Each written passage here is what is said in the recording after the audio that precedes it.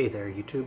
Today we're going to be showing a quick tutorial on the use of the Gourmia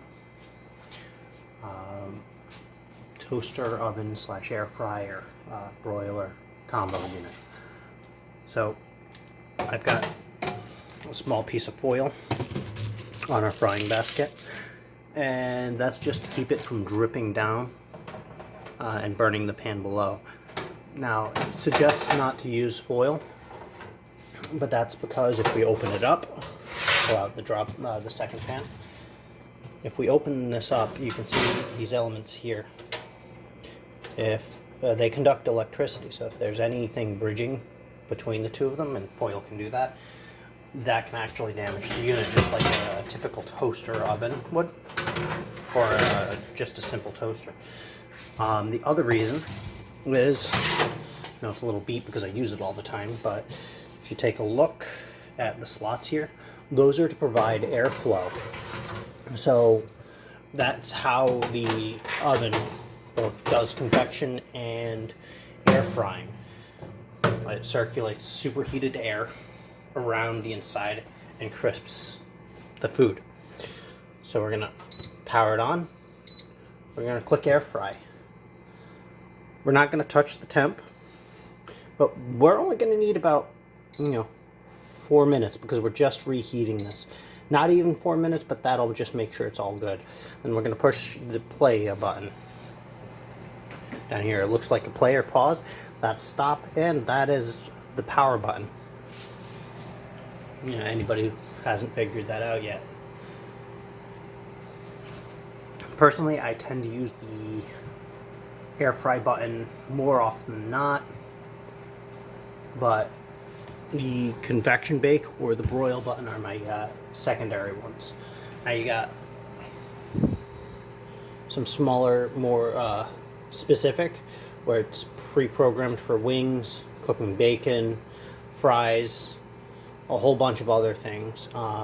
If you wanted to roast some vegetables in there, I only ever use that to reheat pizza. I've never eaten a pizza small enough to fit in one of these things. It is a 12 by 12 inch space, so my pizza pans are 14 inches, so they're a couple inches too big. You can do roasting, baking. Toasting is a little finicky. You got to keep an eye on it, but I usually end up having it to set it for 2 1-minute cycles and then pulling it out halfway through the second one, just to keep my attention properly. The dehydrate button's pretty simple to use. You just hit it and set it for the time. I would advise, if depending on what you're doing, sometimes you're going to want to rotate the stuff inside, especially if you have multiple racks in there. And I put foil down in mine, but you can skip that step if you're drying meat, making some jerky. This would be perfect for that.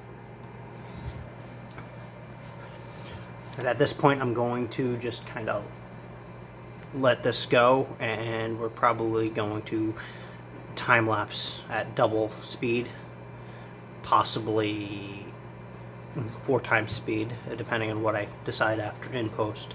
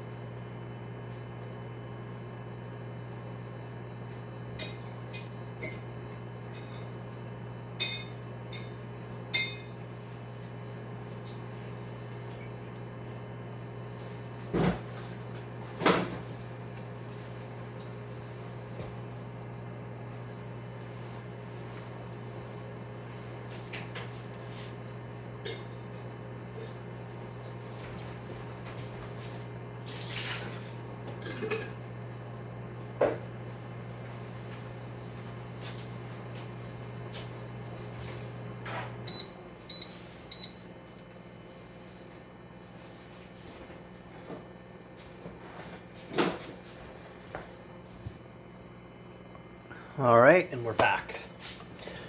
So we're just gonna, you can push stop, that'll clear that, but it'll leave it powered on. Just power it off. It's gonna continue to make a whine noise as it cools the system down. That is normal. It is not malfunctioning.